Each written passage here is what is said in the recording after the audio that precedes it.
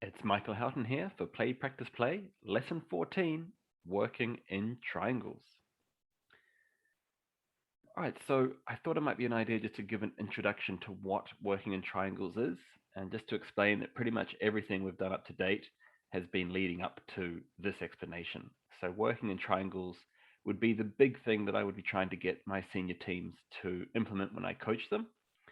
And if done correctly, it can be an absolutely beautiful way to play hockey and devastating in terms of being able to move the ball around. So, yeah, working in triangles, if done successfully, is great because it creates so many overlaps, and overlaps is the key to winning hockey games. In fact, in pretty much any sport, creating an overlap, a three v one or 3v2 or something like that, where you've got an extra player, is often the key to scoring goals and winning games.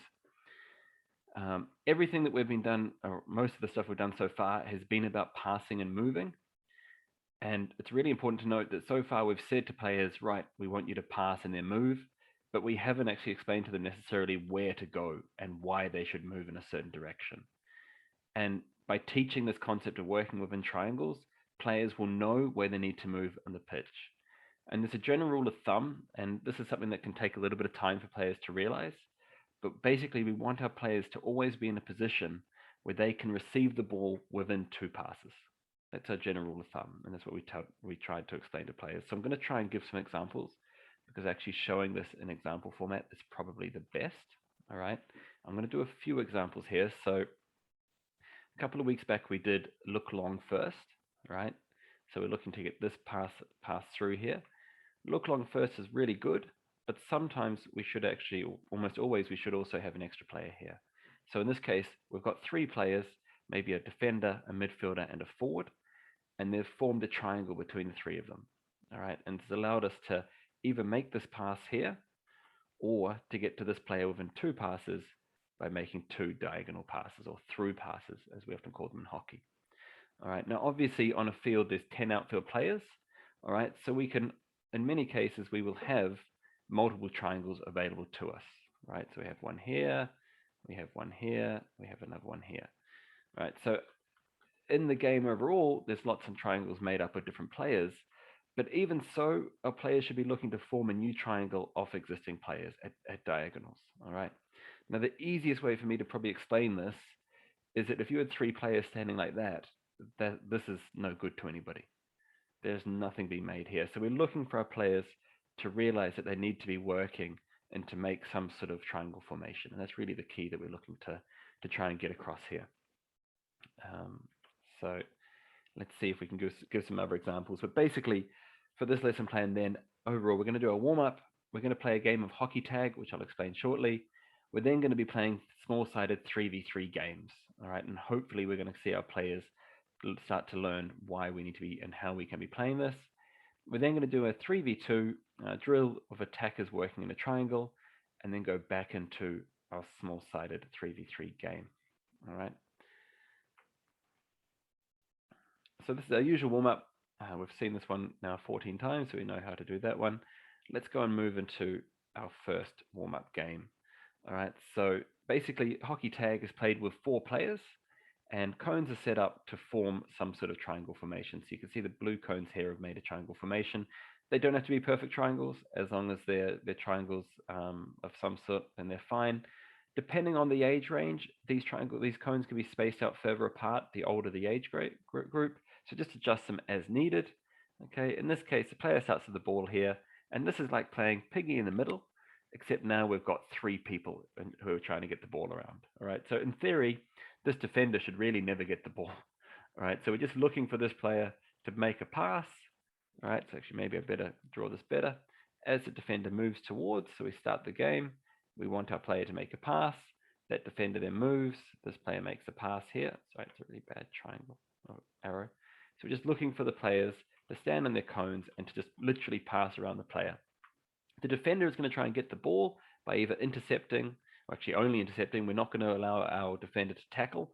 So they're looking to intercept the ball, and we're trying to see if our attacking players can just keep that ball away.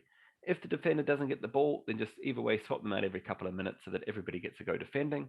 But basically, we just want to see our players passing around using and understanding that triangle formation for their warm-up. We're then going to go into a small-sided game, all right? And the key for this one is, and you're going to see the mistakes being made in 3v3. Where you see a mistake being made in 3v3 is where you're, as a coach, you say to a player, where's your options, or there's no options. Okay, so you see a player, I might even draw this up actually. I'll go back to, no, sorry, that's not my example. I'll go back to this example from previously. So we might be playing this way in this case here, and a player's got the ball and they've done a right side attack and they've got up here and they're surrounded by defenders. And the coach yells to them, find an option. And there basically isn't an option, right? So basically when a coach says find an option, they're meaning find an option to pass to. And the problem here is that the fault isn't with the ball carrier. It's actually with our support players who haven't run into the right position, all right?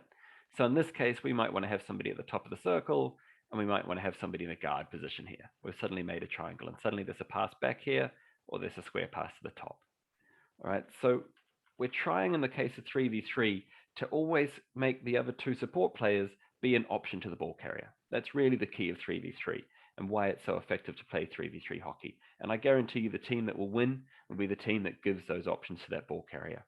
All right, so focus on that. You're going to see mistakes being made in the first play. That's okay, because we're then going to go onto our drill. Sorry, there's an error there with the slide. It's actually a 3v2 drill. So let's go and feel this one out. So we're just going to do our standard, so it should be a goal here as well. We're just going to do our standard drill. So we're going to have 2 defenders and we're going to have 3 attackers, all right? But we want to be encouraging our players to constantly work in that triangle, all right? So I'll try and draw this up, okay? So maybe the play starts, this player runs into here, this player maybe runs into here, okay? And suddenly there's that triangle formed, all right? Once we see this triangle formed, we should see maybe this defender come into this space, and suddenly you're in this piggy in the middle hockey tag scenario that we just talked about, right? So you can actually see how that warm-up drill applied straight away. All right. Now, depending on how the play goes, we might find that the player originally dribbles up with the ball there, and then we have maybe a player come out to here, and then a player come up to here, which is okay. All right. This isn't the best triangle, right? We can see that this player is basically out of the game because it's been marked here. And this player now can just pick up these 2 players. I would be encouraging this defender to maybe go into this space here and basically defend with a bias. That's what I call this. So they're defending here, the ball carrier, but they're also doing it with a left side bias in this case to try and cut this pass off. They know that this defender has here. So you can see that this is an example where it's not great. All right. So I could probably guarantee you I could probably move 1 player and make this better.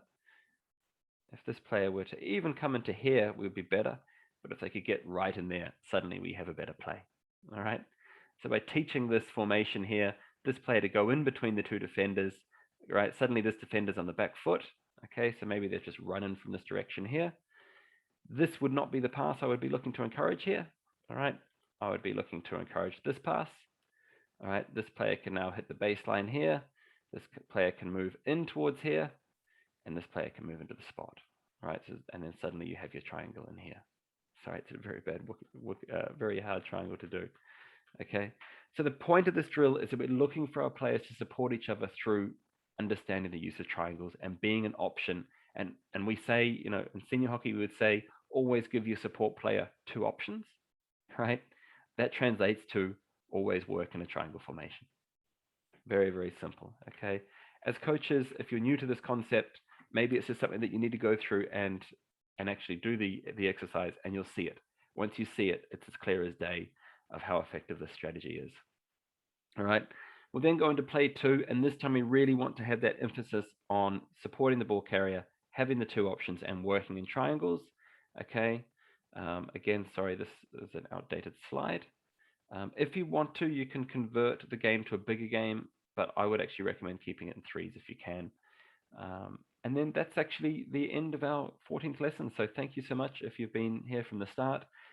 What I would recommend doing is actually just going back through these lessons, all right? You've basically got 28 lesson plans for the season, which should be more than enough trainings for what you need.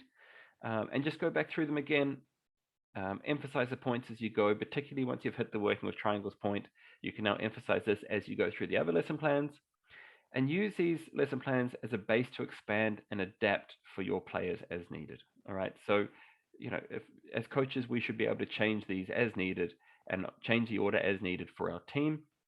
But hopefully, they give you a place to actually use and come back to as needed, depending on what you need to change for your particular group. So, thank you very much, and yeah, all the best.